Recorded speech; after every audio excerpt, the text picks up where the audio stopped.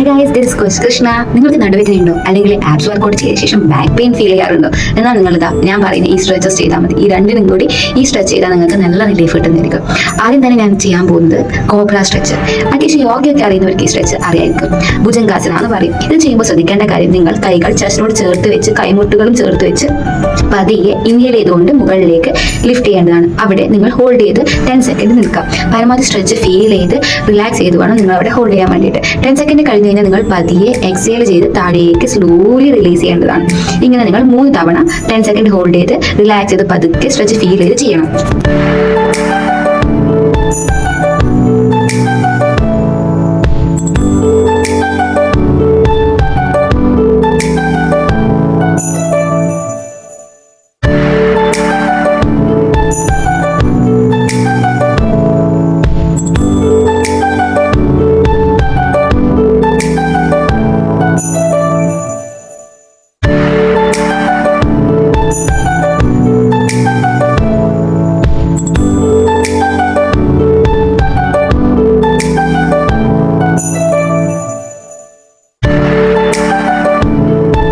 Cobra stretch കഴിഞ്ഞു. ഇനി നിങ്ങൾ ചെയ്യേണ്ടത് വളരെ ഈസി ആയിട്ടുള്ള സൂപ്പർമാൻ പോസ് ആണ്.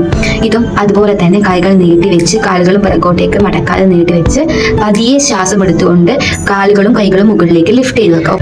അങ്ങനെ 10 സെക്കൻഡ് നിങ്ങൾ ഹോൾഡ് ചെയ്ത് വെച്ച് പതിയെ 10 സെക്കൻഡ് കഴിഞ്ഞാൽ എക്സേൽ ചെയ്ത് താഴേക്ക് വയ്ക്കാം. ഇതും നേരത്തെ കോബ്ര സ്ട്രെച്ച് ചെയ്തപോലെ തന്നെ 3 തവണ ചെയ്യേണ്ടതാണ്.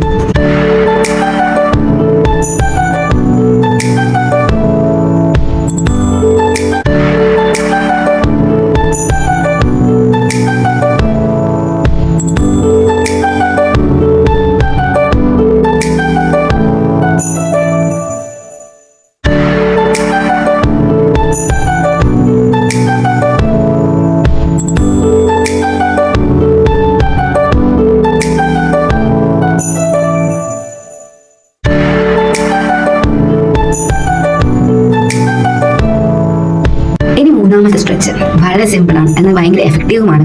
ഇത് നിങ്ങൾക്ക് ആപ്സിനായാലും ഗ്ലൂട്ടിനായാലും നടുവിനായാലും നല്ല എഫക്റ്റീവ് അല്ലെങ്കിൽ റിലാക്സ് ചെയ്യുന്ന ഒരു സ്ട്രെച്ചാണ് ഗ്ലൂട്ട് ബ്രിഡ്ജ്.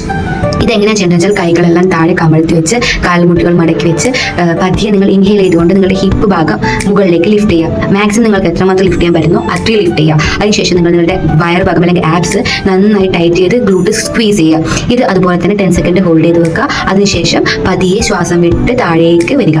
ഇതും നേരത്തെ ചെയ്തതുപോലെ തന്നെ 3 തവണ 10 സെക്കൻഡ് ഹോൾഡ് ചെയ്ത് വെച്ച് ചെയ്യേണ്ടതാണ്.